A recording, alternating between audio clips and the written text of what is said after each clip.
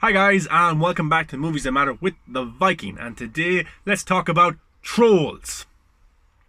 Not those kind of trolls. Not the trolls that insult people and bash people and bring negativity just the sake of bringing negativity. No, I'm talking about the little tiny animated characters from the movies, the two movies, Trolls and then Trolls World Tour. Now, Trolls World Tour, the sequel, was supposed to come out in theaters this past weekend, but of course, with the coronavirus pandemic, that had to be cancelled, and the studio decided to go with digital release.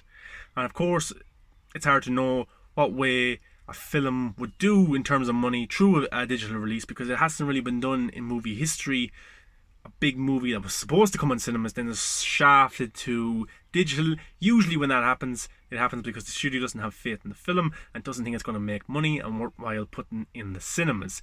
But Trolls 2 was supposed to go in cinemas, but then of course everything was shut down, so they had to come with different options, and it came out in digital. Now, the first Trolls film was an okay hit back in 2016. It made 347 million worldwide. Its opening weekend domestically was 46.5 million, and also pretty good for an animated film. Did well, deserved a sequel in terms of money. Haven't seen, this isn't a review of either film, I haven't seen either film, so I don't know the quality, but I just know the numbers. And Trolls 2 made 50 million on VOD. That's pretty darn good. Better than the first one came out in cinemas. Now, I know everyone's locked at home, they have their kids and stuff, and they're probably sick of their kids at this stage, so they wanted something new. They've probably gone through so many episodes of whatever kids watch nowadays. For me, it would have been Power Rangers and Teenage Mutant Ninja Turtles and stuff like that, but nowadays I know exactly what kids watch, but I'm sure the parents were running out of DVDs and running out of options what to put on. The kids were getting sick of it, so the parents had to buy in a new film, and that was Trolls World Tour, and it looks like it was a smash hit for the studio.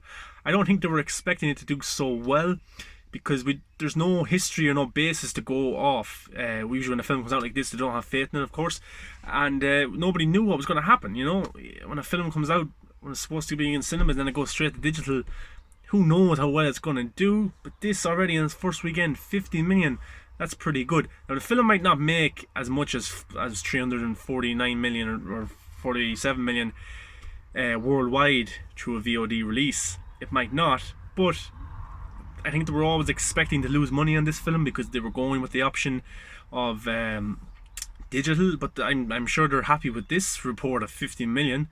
What does this mean for the history of movies? We know that the Al Capone film starring Tom Hardy, directed by the man who did Fantastic Four, Josh Trank, that's going to be picked up for VOD as well. So it's interesting to see these big films that were supposed to come out in cinemas are now going on streaming or going on VOD. We have the same with My Spy, it's going to Amazon. We have the same with Artemis Fowl, it's going on Disney+. But this film was kind of a wider broad. It wasn't put on a streaming service, it was there for people to buy, and it looks like it's done well. Does it mean in the future that we're going to get more films through VOD, through digital, things like that? I think it's probably a possibility that we could see more of this. It definitely changes the game for studios, changes the game for studios thinking about a film that they might not think will do well. So instead of sending it off to the streaming services, they might just put it on digital themselves and just take a chance and see how well it does. Now, I know this might not work for every film because animated films are kind of broad and there for kind of everyone. Parents can enjoy it, kids can enjoy it, so maybe more people will buy animated, kids-friendly films than they would an R-rated R movie. But it brings up an interesting option for a studio now to see. I wonder, would this work for a live action film, like a drama with big stars in it, or a comic book film that studios might not think will have a good run. Maybe if Bloodshot came out straight away on digital, maybe it might have did a little bit better than it did in cinemas because it came out just as the virus was breaking. So it's going to change the game, definitely. I was keeping track of this because I was interested to see how well Trolls would do, Trolls 2, because I was interested to see how much money the studio was going to lose from putting it on digital. And to make more than they did in their first weekend in their first film, that's pretty good. So I'm just going to read the article from Screen Rant here. Because Trolls World Tour reportedly earned 50 million in VOD opening. In a perfect world, Trolls World Tour would have rolled out this weekend. As I said, Universal made the unprecedented decision to forgo a traditional theatrical run for Trolls World Tour, instead making it available on demand for those stuck at home self-quarantine. It's one of the few films to do so. I just mentioned the other films that have done it. But will we see more films do this? I think we will.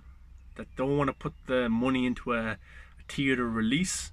Don't have the confidence for a film, and a studio will just go, right, let's just put it on digital this weekend, let's market it that way, and let's see how it does. Now remember, Trolls 2 was just put onto digital. There was no marketing, there was no anything like that. They had their marketing for a theatrical run of posters of on the sides of buses. Its social media presence was all for a theatrical run. So it made 50 million opening weekend on digital without marketing that it was going to be on digital. So imagine if they put the effort into marketing this as, okay, Trolls 2 coming on digital, this is the date, and so on, but it didn't, and it still made 50 million. So, you know, maybe this could be a different option for studios, as I said. You know, so it's like, it's an animated film. There's not really big stars doing the voices for it. You know, you have Anna Kendrick, you have Justin Timberlake, but like, let me know what you think. If it's going to change the game for the movie industry in terms of studios not having confidence in something like that. It definitely surprised me big time. Does it surprise you that it made so much opening weekend, or opening through its release, 50 million? And do you think that other films will follow suit and release their films that they don't have confidence in, that they don't want to market for a theatrical run, that they don't think is going to make enough money? Do you think now we could see more, not high profile films, but profiles or films with a profile name that people know of? It's going to be interesting to see how this changes the game. Of course, we've talked so much in the movie industry about streaming services changing the game in terms of bringing attraction through Netflix, Disney Plus, HBO Max is coming, Amazon Prime, Hulu, things like that. Do you think now this is a way for the studios to gather their own streaming service in a way to combat the likes of Netflix and Disney Plus and say, right, you want to play that game, then we'll have a high profile film or a profile film, and we're going to release it on digital and see how well it does? Do you think that's going to affect, do you think that's going to the way for the theatres to fight back? It's all interesting times, and as long as the pandemic goes on for, in terms of theatres being closed, if studios have to do this more and more often, it's going to be interesting to compare and to see the numbers for different films that are released through digital first. You know, like Avengers Endgame made 30 million in its opening weekend on digital. Avengers Endgame, the biggest box office hit of all time, made 30 million. I know maybe everyone had seen it already and stuff like that, but still 30 million it made. On its second weekend it made 9 million. So, and Trolls beats that in one weekend. It's all interesting and interesting times. So keep up to date. Let me know in the comments what you think of this. You think it's going to affect everything else going forward for theatres? Is it a different way to release films? Let me know. I found it very interesting. Until next time, guys. See you then.